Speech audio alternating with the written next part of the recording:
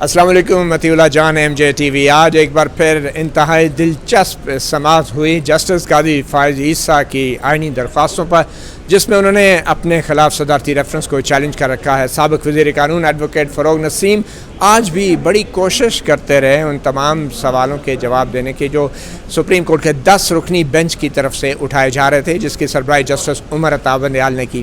ایک دن پہلے آپ کو یاد کراتے چلیں، ایڈوکیٹ فروغ نسیم نے میاں بیوی کے درمیان کلوز پراکسیمیٹی مطلب قربت کے اصول کی وضاحت کی تھی اور کہا تھا کہ جسٹس قاضی فائز عیسیٰ قربت کے اس اصول کے تحت ہی پابند تھے کہ وہ اپنی اہلیہ کے اثاثوں کو بھی ظاہر کریں.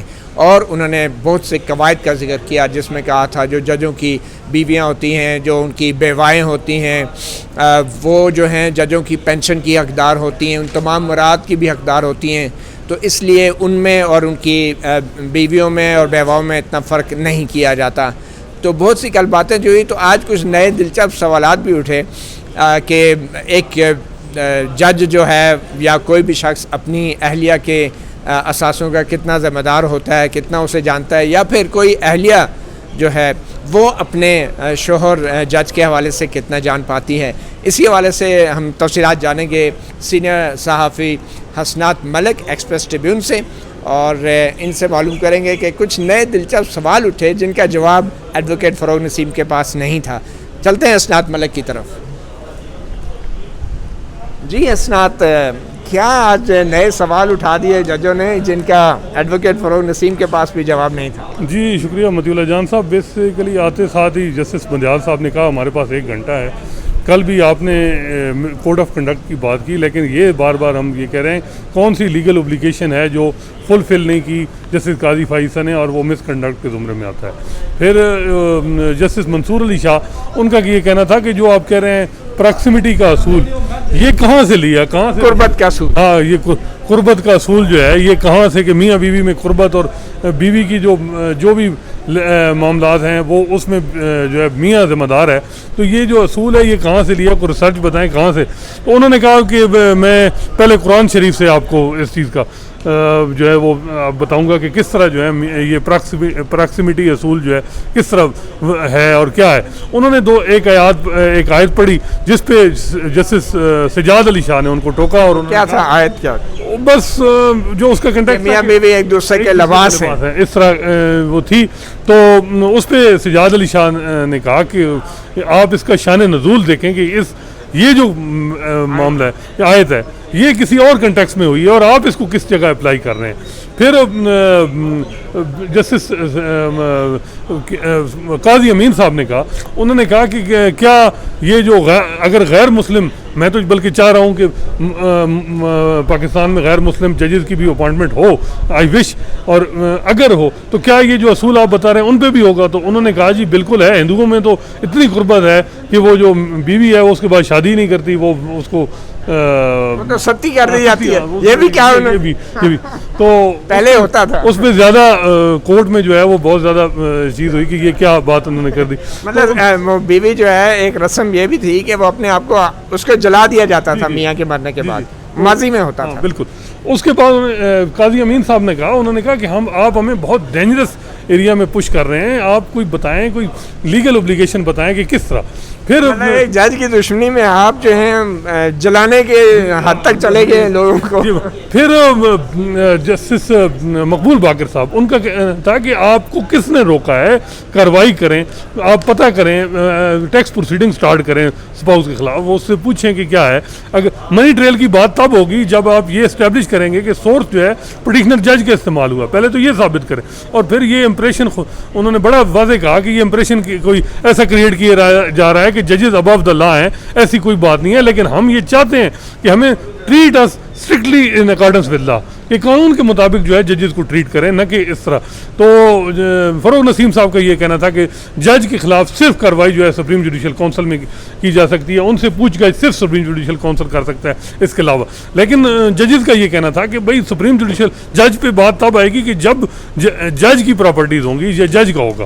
تو مطیع اللہ جان صاحب، آج جو سارا فروغ نسیم صاحب کا تھا پہلے تو یہ بھی ایک تھا نا کہ جی یہ جسٹس قاضی فائز عیسیٰ کی بینامی پراپرٹی ہیں، لیکن آج ان کا فوکس تھا کہ بیوی کی پراپرٹیاں ہیں، لیکن جج جو ہیں وہ باؤنڈ تھے کہ وہ اپنی بیوی کی ایڈوکیٹ فروغ نسیم جو ہیں وہ اب اپنے موقف سے خود آہستہ آہستہ پیچھے ہٹتے جا رہے ہیں، کیونکہ میرا خیال ہے کہ ان کے پاس وہ ثبوت نہیں ہے کہ سورس جو ہے جسٹس قاضی فائز عیسیٰ کا استعمال ہوا ہے. اب اچھا ایک اور دلچسپ صورتحال یہ پیدا ہوئی جب جسٹس باقر نے شاید یہ کہا کہ اگر ایک مرد جج جو ہے وہ اپنی اہلیہ کے حوالے سے اس کے احساسوں کے حوالے سے انتہائی علم رکھنے کا پابند ہے اور وہ ذمہ دار بھی ہے، تو کیا کوئی خاتون اگر جج ہوتی ہے تو کیا اس کے شوہر کو بھی، اس خاتون جج کے مرنے کے بعد اس کے شوہر کو بھی اسی طرح پینشن ملے گی؟ اور پھر کیا خواتین کو کتنا پتہ ہوتا ہے اپنے مردوں کے اثاثوں کے حوالے سے؟ جی انہوں نے کہا کہ بہت سی امپاورڈ خواتین ہیں ہمیں پتہ ہے جن کو اپنے مردوں کے اثاثوں کا نہیں پتہ، ایون ان کو یہ نہیں پتہ ہوتا کہ انہیں لائٹر نوٹ میں کہ وہ انہوں نے ان کے خاوند نے دوسری شادی کر لی. تو یہ مطلب کہ اگر کلوز پراکسیمیٹی کا جو اصول ہے اس پہ یہ سوال ہو رہے تھے. تو بار بار ایڈوکیٹ فروغ نسیم نے کیا جواب دیا کہ اگر کوئی خاتون جج فوت ہو جائے تو کیا اس کے شوہر کو پینشن ملتی ہے؟ نہیں، وہ اس پہ وہ بالکل خاموش رہے، کوئی ایسے جواب نہیں دیا. تو انہیں پتہ ہے کہ وہ اس میں نہیں ہوتا. تو کیونکہ جسٹس منصور نے یہ بھی کہا کہ یہ جو خواتین ہیں جو اپنے آپ کو امپاورڈ خواتین کہتے ہیں، تو اگر وہ اتنی انڈیپینڈنٹ، اور ہم بات کرتے ہیں ایمانسپیشن آف ویمن کی، تو کیا وہ ابھی بھی اپنے شوہر کے ذریعے ہی پہچان یہ چیز بھی آئی اور اس پہ کافی جیسے منصور نے بالکل کہ انہوں نے کہا کہ کیا آپ یہ سمجھتے ہیں کہ پاکستان میں ویمن امپاور نہیں ہے اور وہ سب کچھ جو ہے وہ میاں کی بدولت ہی سب کچھ ہونا ہے. تو اس پہ وہ کافی ڈیفینسو ہو گئے فروغ نسیم صاحب. اصل میں ان کا جو 2 دن سے وہ پراکسیمیٹی اصول جو قربت کا اصول ہے اس پہ جو اپنے آرگومنٹ دے رہے ہیں، لیکن لگ یہ رہا ہے کہ جو ججز ہیں وہ کوئی اتنے زیادہ اس بات پہ کنونس نہیں ہے. وہ یہ بتا رہے ہیں کہ آپ کا پورا کیس تھا پریزیڈنشیل ریفرنس میں 116 کی وائلیشن، اس میں آئے. وہ کہتے تھے کہ بہت اچھا سوال ہے لیکن میں آگے جواب دوں گا، لیکن ابھی تک وہ اس پہ آئے نہیں ہیں. دیکھیں کیا ہوتا ہے. لیکن آج جس طرح کا آیا کہ وہ کوئی اس حوالے سے انہوں نے 2 ججمنٹ بھی دی. ایک انڈیا کی سپریم کورٹ کے یا کوئی ہائی کورٹ کے جج کو نکالا گیا تو وہاں اس قسم کا میٹر تھا. تو وہاں انہوں نے کہا کہ وہ تو بینامی پراپرٹیز تھیں اس جج صاحب کی اور اس نے ڈسکلوز نہیں کی. یہاں تو بینامی کا مسئلہ نہیں ہے. تو دوسری بات ایک یو کے کی کوئی ججمنٹ تھی یا کمیٹی کی رپورٹ تھی، اس کا بھی ذکر تھا. تو وہ بھی انہوں نے کہا کہ یہاں چیز وہ جو ہے آؤٹ آف کنٹیکسٹ آپ کر رہے ہیں.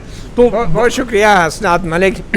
مختصر یہ کہ سماعت کے اینڈ پہ جسٹس عمر عطا بندیال نے بڑا چھوٹی سی بات کی جس سے پورے بینچ کا جو اپروچ ہے اس کا بھی اشارہ ملتا ہے. انہوں نے کہا کہ ایڈوکیٹ فروغ نسیم صاحب، آپ ہمیں اپنے جو بھی دلائل آپ نے دینے ہیں آپ ہمیں فارمولیشن دے دیں، تحریری طور پہ وہ دلائل دے دیں، اور یہ اتوار کے دن چھٹی والے دن ہم آپ سے لے لیں گے. آپ ہمیں شام تک وہ دے دیں، ادھر ای میل کے ذریعے یہاں پہ ریسیو کروا لیں، جیسے بھی اپنے ایسوسیٹس کو کہہ دیں کراچی میں.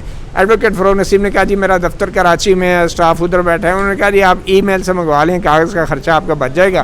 تو اگر آپ یہ کر دیں گے تو ہمیں کچھ اندازہ ہو جائے گا کہ آپ کہنا کیا چاہ رہے ہیں. مطلب اینڈ پہ جسٹس عمر عطا بندیال صاحب نے ایڈوکیٹ فروغ نسیم کو کہا کہ اگر آپ یہ تحریری طور پہ ہمیں فارمولیشن دے دیں تو ہمیں یہ تو پتہ چلے آپ کہنا کیا چاہ رہے ہیں، آپ کا کیس کیا ہے. اب پیر کے دن 9:30 بجے کی سماعت رکھی ہے اور راستے تنگ ہوتے جا رہے ہیں. حکومت کو ایڈوکیٹ فروغ نسیم ایک بند گلی کی طرف لے کر چلے گئے ہیں، اور ایک بار پھر فروغ نسیم نے استعفیٰ تو دے دیا وزارت قانون سے، مگر شاید نہ تو اب حکومت کے لیے کوئی واپسی کا راستہ ہے نہ ہی ایڈوکیٹ فروغ نسیم کے لیے. مطیع اللہ جان MJ TV سے اتنا ہی. اجازت دیجیے. اللہ حافظ.